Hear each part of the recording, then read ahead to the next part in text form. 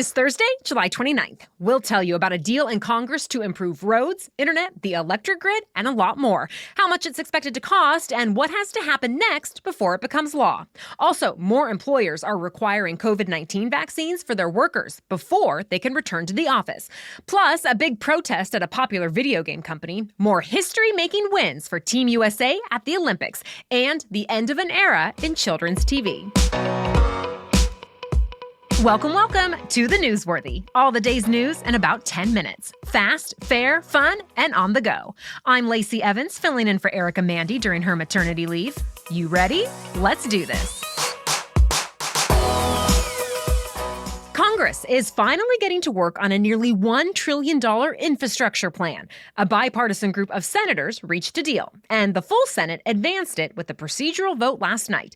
This package still has a long way to go before becoming law, but before we get into that, let's talk about what's actually in it. Summaries from the Senate and the White House say it will include $110 billion for improvements to roads and bridges, plus tens of billions of dollars to modernize public transportation and build electric vehicle charging stations. It also sets aside $65 billion to expand broadband internet access, $55 billion for clean drinking water, and $73 billion to modernize the electric grid. And that's just to name a few of the key sticking points. There's a lot more to it. So how are lawmakers planning to pay for all this? Well, for a good chunk of it, they want to repurpose funds that are left over from COVID-19 relief packages. More money will come from other unused government funds too, but no new taxes. Next up, lawmakers have to write all this up into a formal bill, and it will have to pass more votes in the closely divided Senate and the House. For now, both Republicans and Democrats say they look forward to moving ahead and getting it done. The Justice Department is getting concerned over states still auditing the 2020 election or changing voting procedures. It released two guidance documents yesterday. The first one was about those audits. Remember, Arizona's Republican-led Senate turned over millions of ballots to an outside contractor for review. Republicans in Pennsylvania did something similar last month. Well, now, the Justice Department is now reminding states that they are supposed to hold on to election records for almost 2 years after an election. That means election officials and lawmakers can still review them if needed, but they aren't supposed to go to outside contractors. So now, the Justice Department says anyone who hands over records could face criminal charges. The department also warned about changing voting laws. A second document says states that switch things up because of the pandemic might not get to just change things back to the way they were in 2019. It says if the laws keep people from voting or are discriminatory in any way, the Justice Department will be looking into them. The department already sued the state of Georgia over its new voting restrictions, and more lawsuits could be coming since other states, like Florida, have passed similar laws. The federal government says they're discriminatory, but local officials say they're meant to make elections more secure. So these fights will be playing out in court. Millions more Americans are facing new pressure to get vaccinated because of new mandates. Today, President Biden is expected to announce all federal employees will have to either get their COVID-19 shots or be tested regularly for the virus. If they don't get vaccinated, they'll also face stricter rules about physical distancing, traveling, and masking. It's not clear exactly how many of the more than 4 million federal employees this new rule will apply to, but a source told CNN it will not include the U.S. military. Officials in California announced similar requirements for government employees earlier this week. So have many hospitals and other medical systems like the VA. Also this week, Google and Facebook said any employees who are coming back to offices will have to get vaccinated. Most of them have some time, though. Both companies are waiting until October to fully reopen their offices. And even then, thousands of employees will keep working remotely. Other companies have already approved mandates like Netflix, Lyft, Saks Fifth Avenue, and Morgan Stanley. There's a new warning about e-cigarettes and how popular they are with young people. The World Health Organization put out a report about the tobacco epidemic as a whole. It said dozens of countries aren't doing enough to protect people from the dangers of vaping. Some are, though. For example, 32 countries have banned e-cigarette sales completely, and the U.S. has banned flavored cartridges. Still, the WHO noted the tobacco industry hasn't slowed down and that vaping is still being marketed to children and adolescents around the globe. The issue is is they can easily get hooked. It says kids who use e-cigs now are 3 times more likely to use tobacco products in the future, and the nicotine can hurt their brains. Separately, other researchers think online influencers could be making things worse. Vaping videos are watched millions of times on TikTok, which is especially popular with young people. A new study out of Australia found most of those TikTok videos portray e-cigarettes in a positive way. They include hashtags like vape tricks or Juul gang after the top company that makes e-cigs. TikTok doesn't allow videos that show minors smoking or vaping, but for everyone else, it's okay. Much more news ahead, but first, your main host Erica Mandy explains why she appreciates our sponsor, Noom. We've all felt that pressure to fit other people's expectations, whether it's about career, family, or appearance. But not worrying about what other people think or do and finding whatever works for you can be so freeing. So that's why Noom wants you to know you don't have to be on a strict diet or follow the rigorous gym schedules you might see on Instagram to look and feel your best. Noom uses a psychology-based approach to find a healthier balance that fits into your lifestyle. And that's the approach that tends to lead to real long-term sustainable results that you want. In fact, 80% of Noom users finish the program, and more than 60% have stuck with their goals for at least a year.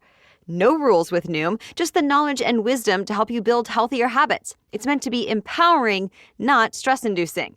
All you need is a daily 10-minute check-in. So sign up for your trial and get psychology-based support and motivation to reach your goals. Just go to Noom, Noom.com/newsworthy. Again, you can sign up for your trial at Noom, Noom.com/newsworthy. Facebook is growing faster now than it has in the last 5 years. The social media giant reported more than $10 billion in profits between April and June. That's more than double what the company earned during the same time last year. So what's fueling these record numbers? Mostly advertising sales. Facebook says the average price for a single ad on the platform has gone up by nearly 50% over the past year. About 10 million advertisers are actively using Facebook right now, and for good reason. That's where the customers are. Nearly half the world's population uses Facebook or another Facebook-owned app like Instagram every single month. One of the most popular video game making companies in the country is now dealing with massive backlash among its own employees. Activision Blizzard workers have become upset with their management teams since a new lawsuit brought some allegations to light. Remember, the state of California sued the company that's known for games like Call of Duty, World of Warcraft, and Candy Crush. It accuses the video game maker of allowing a culture where sexism, harassment, and even physical assault is common. In response to the lawsuit, the company called the claims distorted and inaccurate. Well, many workers didn't like that response. About 2,000 employees signed a letter calling Activision Blizzard's public statements, quote, abhorrent and insulting. And yesterday, workers staged a walkout. It's unclear how many employees stopped working because for some, that just meant logging off their computers at home. Still, their message was heard. Since the employees started speaking up, Activision's CEO has said the initial reaction to the lawsuit was tone deaf. He also promised to fire any managers who have ignored harassment claims or retaliated against victims. It was another exciting day for Team USA at the Tokyo Olympics. First, let's talk about men's swimming. American Caleb Dressel set an Olympic record, winning gold in the 100-meter freestyle race. He finished in just over 47 seconds. Earlier in the day, another American swimmer, Bobby Fink, shocked the world with a pretty epic comeback. He won gold in the 800-meter freestyle, but not many people expected him to. Fink was in 5th place for most of the 16-lap race. Then he surged from behind in the very last lap to win it. Our women's 3-on-3 basketball team also made history yesterday. This is the first year that competition has been in the Olympics, and the Americans brought home the event's first gold medal. They beat Russia yesterday, 18-15. Today is expected to be another exciting day, too. Qualifying rounds for track and field are getting started. Golf is also now underway, and the all-around women's individual gymnastics competition is streaming this morning. Sunisa Lee and Jade Carey are representing Team USA after Simone Biles dropped out, citing mental health struggles. Lollapalooza is back in person for the first time in 2 years. The 4-day music festival kicks off today in Chicago's Grant Park, with as many as 100,000 people expected to attend each day. Ticket holders have to show proof they've been vaccinated against COVID-19, or if they haven't gotten their shots, they'll have to show a negative test from the last 72 hours and wear a mask. This is the 30th year of Lollapalooza, and this year's lineup includes big-name musicians like the Foo Fighters, Journey, Post Malone, Miley Cyrus, Megan Thee Stallion, and a lot more. America's most popular little aardvark is retiring from PBS. We're talking about Arthur. The children's cartoon was originally inspired by the book series back in 1996.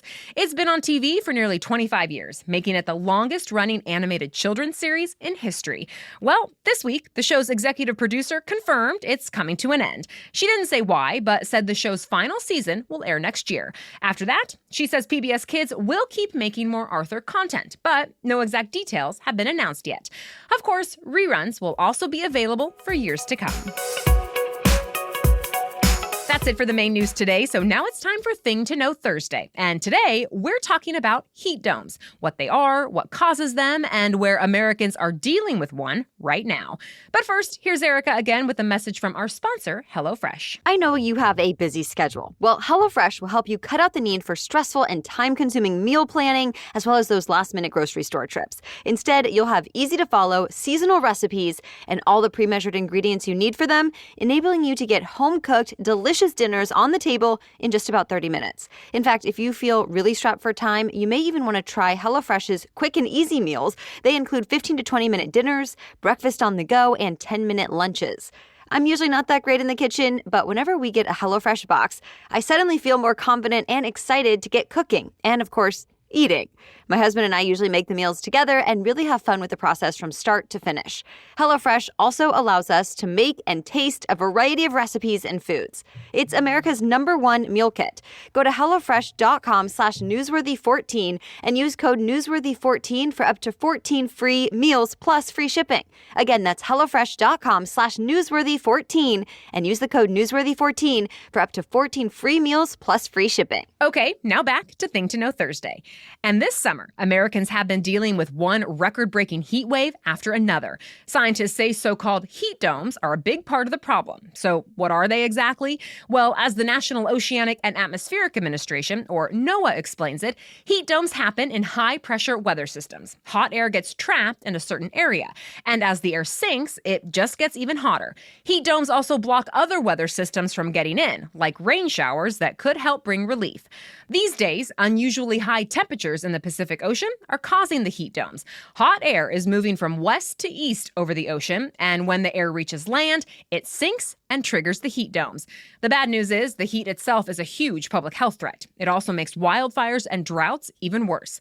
But the good news is heat domes don't last forever. After about a week, they crumble under the pressure and people get some relief, at least until the next one happens. A good portion of the U.S. is dealing with one of these domes right now, actually. Heat watches, warnings, and advisories are in effect across 19 states, from Portland, Oregon to New Orleans, Louisiana. Temperatures are 10 to 15 degrees higher than average for this time of year, and it's expected to continue through the end of the week. Thanks for listening and making the newsworthy part of your routine. We'll be back with much more news to know tomorrow. Until then, have a great day.